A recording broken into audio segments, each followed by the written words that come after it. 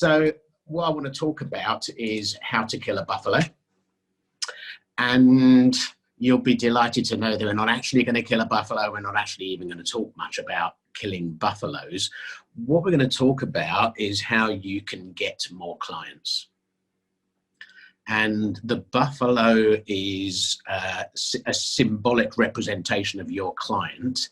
And what you need to do in order to get more clients, or to get more clients as effectively as you can, is to think about, first of all, defining who is your buffalo. And once you have defined who your buffalo is, you then need to work out where its watering hole is, and then how you're going to close a deal. So to look at the buffalo analogy, if you actually wanted to shoot a buffalo, first of all, you got to think about what a buffalo looks like, is sort of something like that.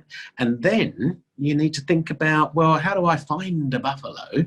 And the answer is you identify, you decide where you think its watering hole is, because you know that at dusk it is going to come to that watering hole and it's going to have a drink.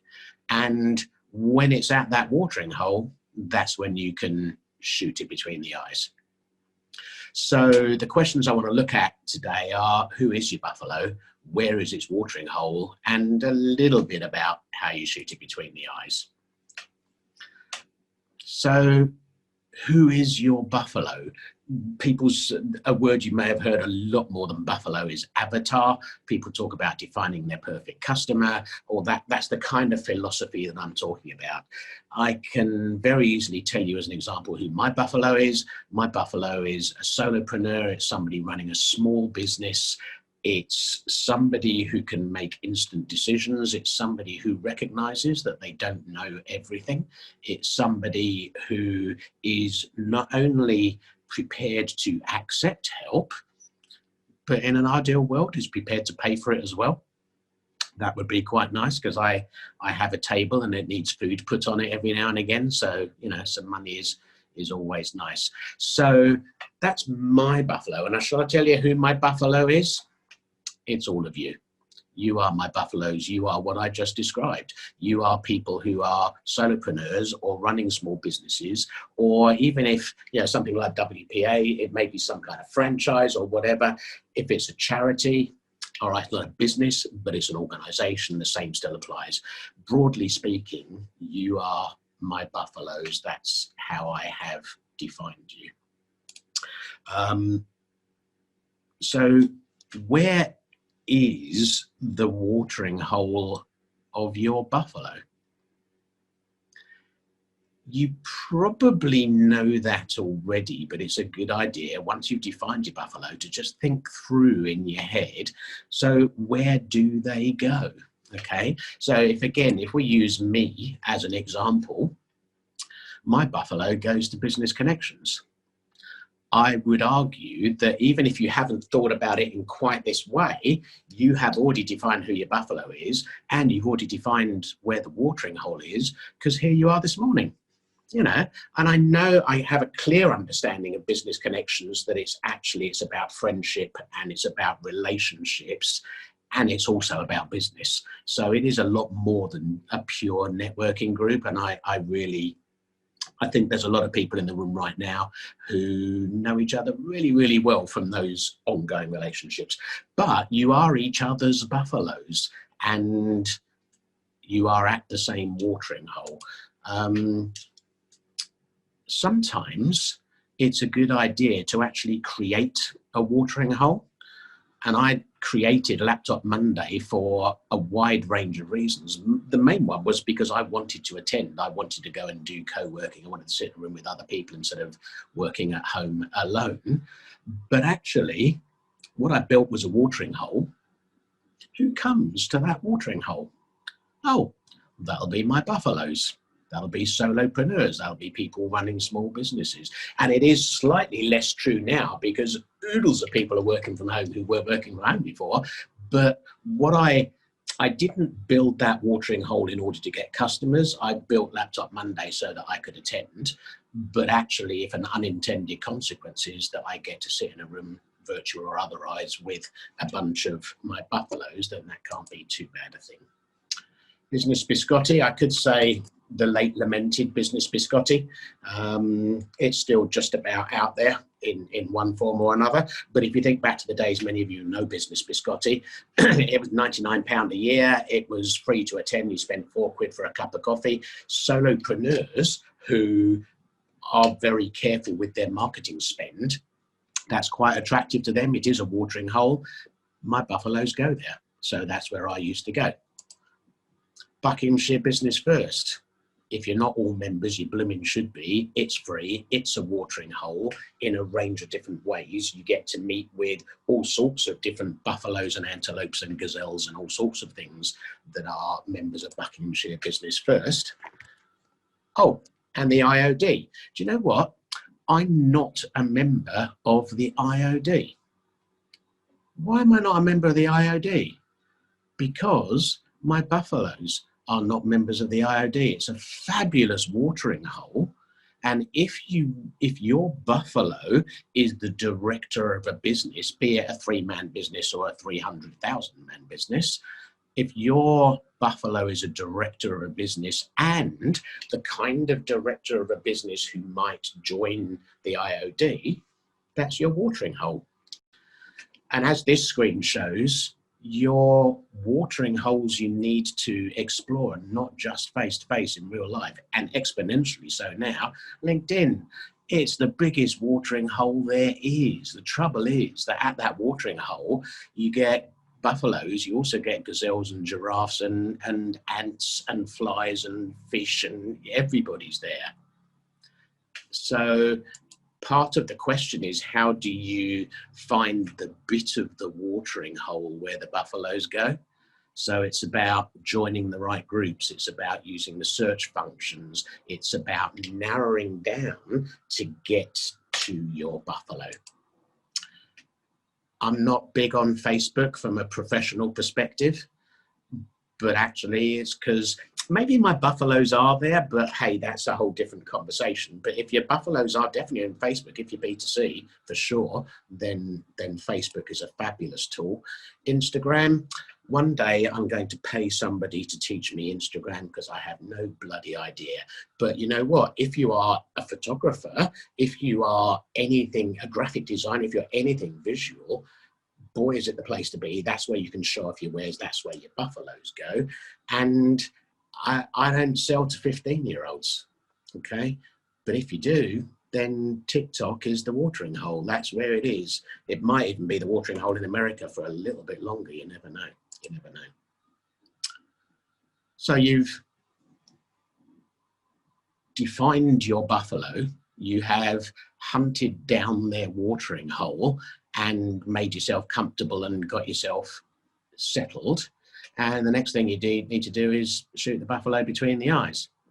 And to be honest, that's the bit that I'm going to talk least about today, because you know how to do that. You know how to do your marketing, to manage your pipeline, to push people through the pipeline. And it may be, if you want me to, I'll come back another day and talk a little bit more about one of the philosophies of how you do that, that I talk on sometimes. But the shooting them between the eyes is closing the deal. It's moving them through the know, like, trust journey. I call it the sales journey. Somebody told me I should call it the customer journey. For me, it's the sales journey. For them, it's the customer journey. But it's that journey where the funnel, and I'll put my hands way too wide for you to see on purpose, because the funnel narrows down and narrows down and narrows down until you end up with it's hard working out which way to move with a customer. And once you've got that order number, done the work, and they paid, then that's, for me, when they hand over the dosh, that's when they count as a customer. So I am going to finish there. I think I've had 11 of my 10 minutes, so apologies for that, but you did say I could have a bit longer. I doubt that there is very much new that I have said there, which, and I'm saying this in an absolutely complimentary way, seasoned business people like you didn't already know. But actually what I know, and I hope you all appreciate, is sometimes if somebody says something in a slightly different way, turns it round, presents it differently, triggers some thoughts, there will be a lot of what I've said that most of you are doing anyway. The fact that you're sitting at this watering hole now is evidence of that. But I hope that with me putting up some pretty pictures as triggers and phrasing it in perhaps a different way, and just reminding you, there's a lot of things that I do that I just do. If I have a manual car and I don't think about changing gear, I can just change gear. If you said to me, how do you change gear? Okay, so I think I put my foot on the clutch foot. I don't know. I just do it. And with your work, you just do it. But actually stopping and thinking, how do I do it? And could I do it better? And could I focus on this bit of the process or that bit of the process to improve that, is hopefully something that I've been able to trigger off today. And if any of you have any questions, I'll be happy to take them. And if I've baffled you all into silence, then that's okay. Thanks, Mark. Go for it, Darren. Yeah, it was a question actually about LinkedIn groups, because you mentioned LinkedIn groups. I sort of got involved in LinkedIn groups probably 4 or 5 years ago, but then found they sort of virtually a lot of them had completely fizzled out and were nothing more than reservoirs of spam. So how are you finding LinkedIn groups these days, and have you got any recommendations? Yeah, I'm finding them reservoirs of spam, and my recommendation is, if you can find the right one that is active and that people are in, then do it. But I'll make 2 other comments.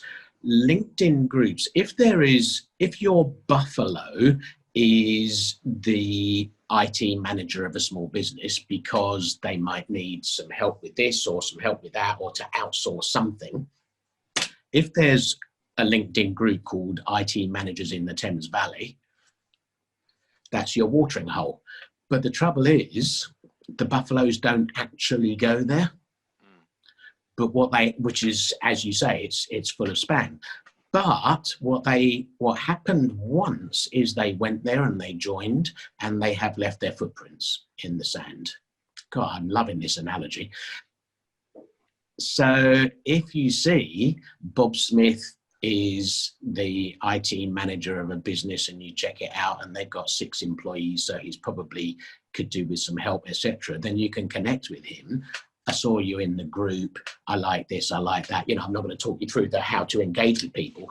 But in terms of identifying the buffalo, I'm picking IT manager. Maybe that's completely the wrong person. Maybe it's the MD of a business who hasn't got an IT team at all, is much better. But however you define your buffalo, you find the group that they're likely to join. If there was a LinkedIn group called Managing Directors of Businesses with Less than 10 People in the Thames Valley, ta-da! So you join that group and nothing's happened in that group for 8 months, but it's got 850 members of managing directors of small businesses in the Thames Valley. Hello. So you connect with them and say, hi, found you in the group. Nothing's happened there for 8 months. Can we talk? And clearly it's not that blunt, but No. But the key issue, sorry, I was going to go on to say, the key issue for me is the lack of interactivity of those groups. If you post something in that group, the only way a member of the group knows is if they go to the group to look for it. And as you know, if you build it, they will come. And then it was if you build it and tell them, they will come. And now it's if you build it and tell them and tell them and tell them and tell them, then they might come. So you can post something in that group, nobody's going to see it. With a Facebook group, I am so surprised that I now run 3 different Facebook groups that I've created, because when I do a post in the Laptop Monday Facebook group or the Enterprise Doctor Business Show Facebook group, everybody who's a member of the group gets a notification. It doesn't mean they go and read it, but at least they get a bloody notification. Mark Harris posted in the group. Oh, I wonder what Mark is saying. They might say when they're bored, so they go. So for me, Facebook are miles ahead of the game on that. And there is so much that I don't understand about the management of LinkedIn, but top of my list is why? Why don't they want people to do this? It would make it so much more powerful at all. I think Angus might even have an answer to that. Sorry, Nigel might even have an answer to that. The sense I'm getting is that LinkedIn themselves are de-emphasizing their group facility. They make it harder to find. And as you've elaborated, it is less effective, I think, these days as well. I think there are other ways of finding the people, you know, at our watering holes, you know, hashtags or doing, you know, LinkedIn searching and so on and so forth.